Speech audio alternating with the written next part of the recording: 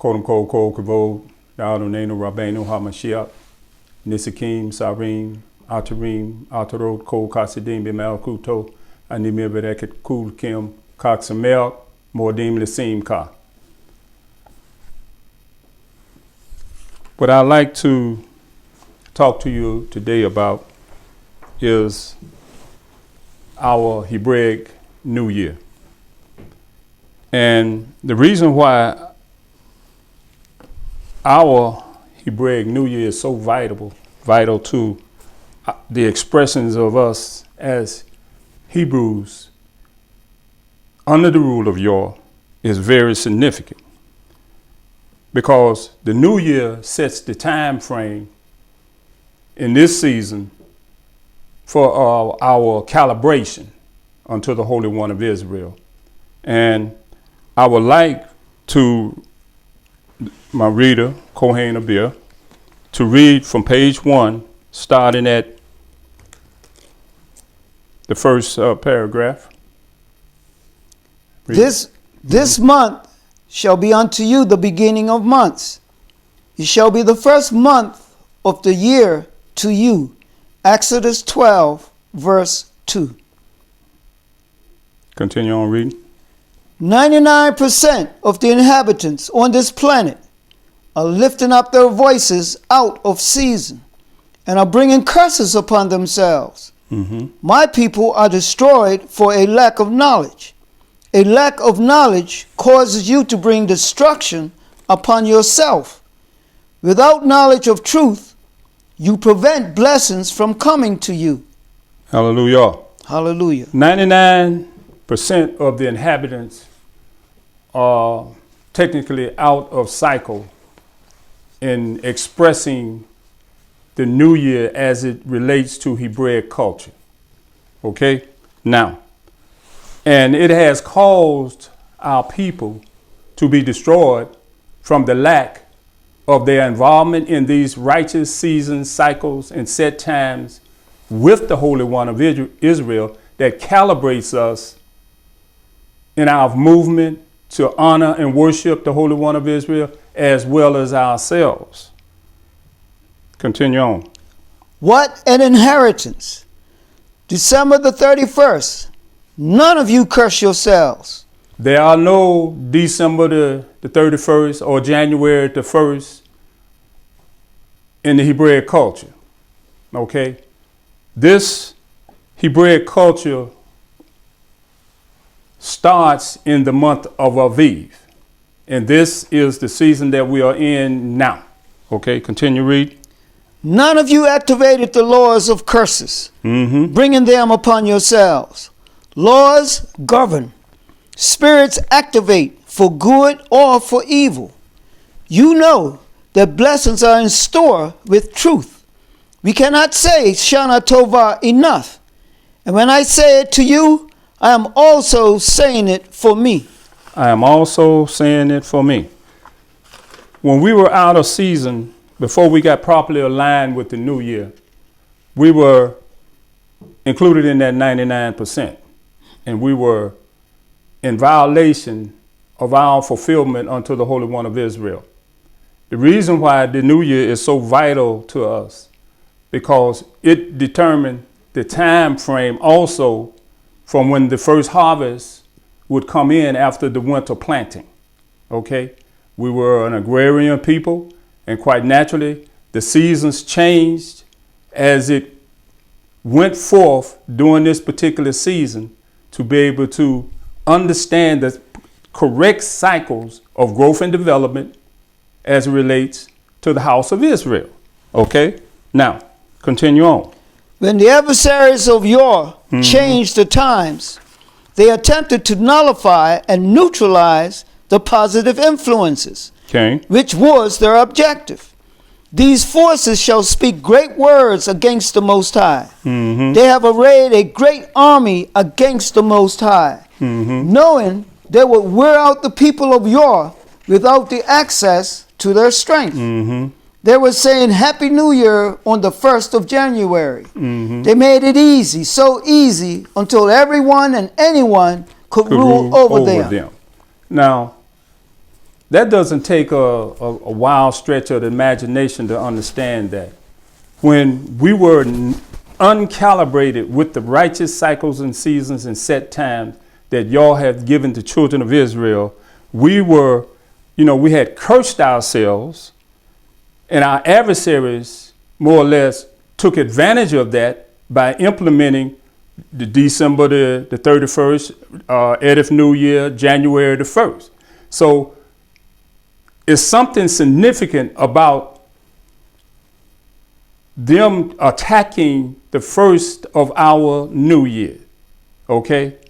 Now, continue on.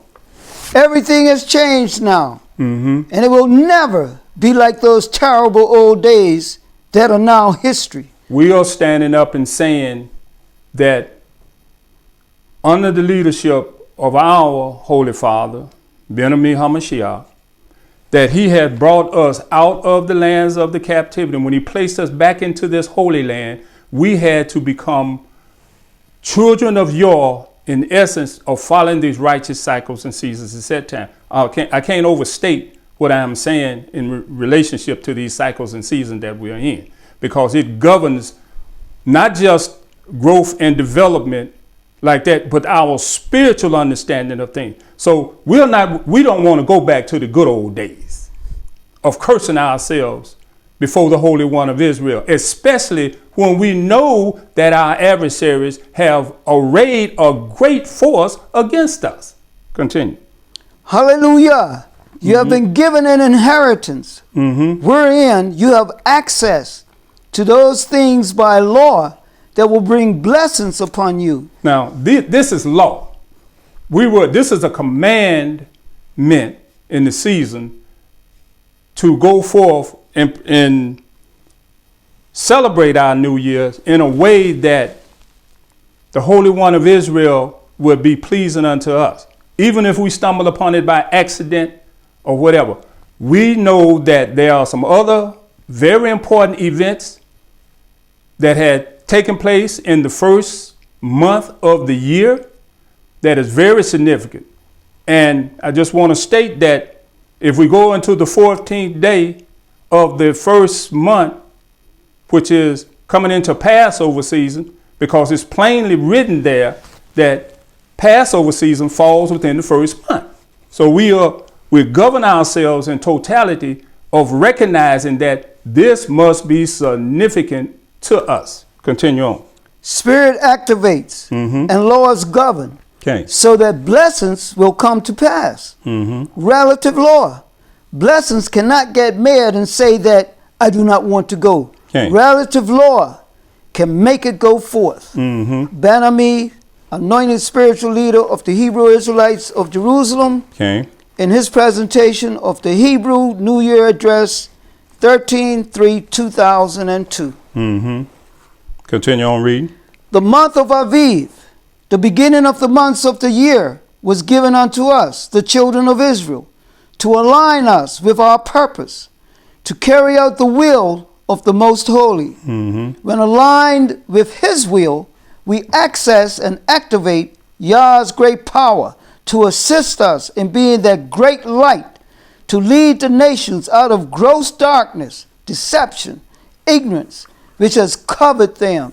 Now, just to add a little form to that, again, I would just want to highlight Passover taking place in this particular season, that Yah came forth with a mighty hand to cause the children of Israel to come up out of the lands of a captive state. Now, on one sense, the Passover season was significant because it calibrated us to move forward out of this captivity by the hand of Yah. Now, still within the first month of this calibration, we also remember that he said that it would be, or this season would be, a night to remember. Not just the Passover itself, but the way that it fell within the order of Yah's righteous seasons, cycles, and set times. This is how it calibrates us. Okay, continue on.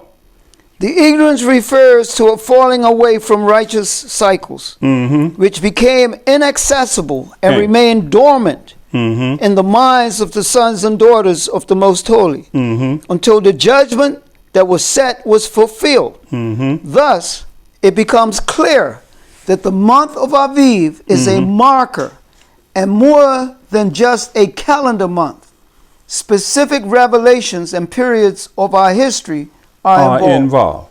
Now, this vital information that is given to us, I want to read on page 3 a definition of Aviv. Okay. Aviv, the metaphysical translation, growth and steps of unfoldment of consciousness in which man counts time that represents growth and attainment. Now, here we are. That seemed like it should be enough to give us an idea of why the new year is so important. But I want to highlight something even further, because this wasn't just the first sequence of events that have occurred during the New Year season for us, that calibrates us as a Hebraic nation. Okay? Now, I want to kind of jump ahead myself here, and I want to be long in trying to explain this to you, but I want to go take you to Genesis 8 and 13. Okay? Genesis 8, starting at the 13th verse. Okay? And it reads on this wise. And it came to pass in the 601st year, the first month, the first day of the month. Now, in the 601st year of the Hebraic calendar, some extraordinary happened. Okay? Now, this is in reference to Noah. Okay? Just want to give you a little backdrop on the significance of, like Abba said, where two or more are gathered, or there shall he be gathered also. But there's an essence to a continuation of events that unfolds that we have to acknowledge, that gives reference to the worship of the Holy One of Israel and the acts that have been done in order for our benefit. Continue on. And it came to pass in the 601st year, The first day of the month, the first month, the first day of the month, the waters were dried up from off the earth. And Noah removed the covering off the ark and looked, and behold, the face of the ground was dry. And Yahweh spoke unto Noah, saying, Go forth of the ark, thou, and thy wife, and thy sons, and thy sons' wives with thee. Bring forth with thee every living thing that is with thee, of all flesh, both of fowl and of cattle, and of every creeping thing that creepeth upon the earth, that they may breed abundantly in the earth, and be fruitful, and multiply upon the earth. Now, to be fruitful and multiply. Now, this is not the first time you're hearing that term either. You also heard that during the expressions of the first of creation, when Yah created the heavens and the earth, in the first 7 days, he created man on the 6th day, and on the 7th day he rested. And he told him that when he gave him his charge, he told him to be fruitful and multiply. What was he talking about? What was he talking about? See, that means that there has to be a remembrance even of these cycles that have to be taught from generation to generation. Okay? Noah was the third covenant in which the Holy One of Israel made another statement in the first year of the first month. Okay? So this month of Aviv is very significant to our culture as we go back and continue to unfold into this. Now, I want to start reading on page 5, okay, where it sounds exactly like. This sounds exactly like the instructions given at the completion of the formation of man in the beginning of the Genesis creative process. Mm-hmm. Then, in the 601st year of Noah's life, in the beginning of months, which is known as the New Year, and the creative process was renewed. Yah has pre-established righteous cycles which control the elements, fire, air, water, and earth. These cycles also control the seasons of the cycles of birth and growth. Now, if you go back and read within the framework of the definition of the month of Aviv, it means growth and steps of unfoldment of consciousness in which man counts time that represent growth and attainment. Yah has pre-established righteous cycles which control the elements, fire, air, water, and earth. These cycles also control the seasons of the cycles of birth and growth, joy and happiness, the renewing of the spirit and spiritual elevation. Now, the harmonious relationship that was the charge of man centered on his recognition and respect for pre-established seasons and set times of growth. The idea that man can maintain his health outside of this calibration took a heavy toll on all that fell out of calibration with Yah's preferred order of being fruitful and multiplying. This lack of knowledge affected all life cycles, even unto these end times. Even though the order was not adhered to, Yah continually made reference to the new year in different ways that must be understood.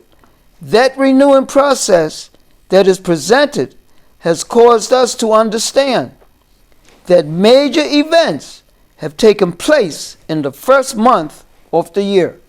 Now, in closing, I just want to refer to some points of reference that this particular paragraph is referring to. Point number 1. Noah went into the ark in the season of the new year in the 600th year. When he came out on the 601st year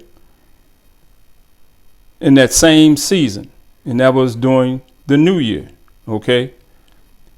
In a contemporary exodus from modern day Babylon, the lands of the great captivity, America, began in the New Year season.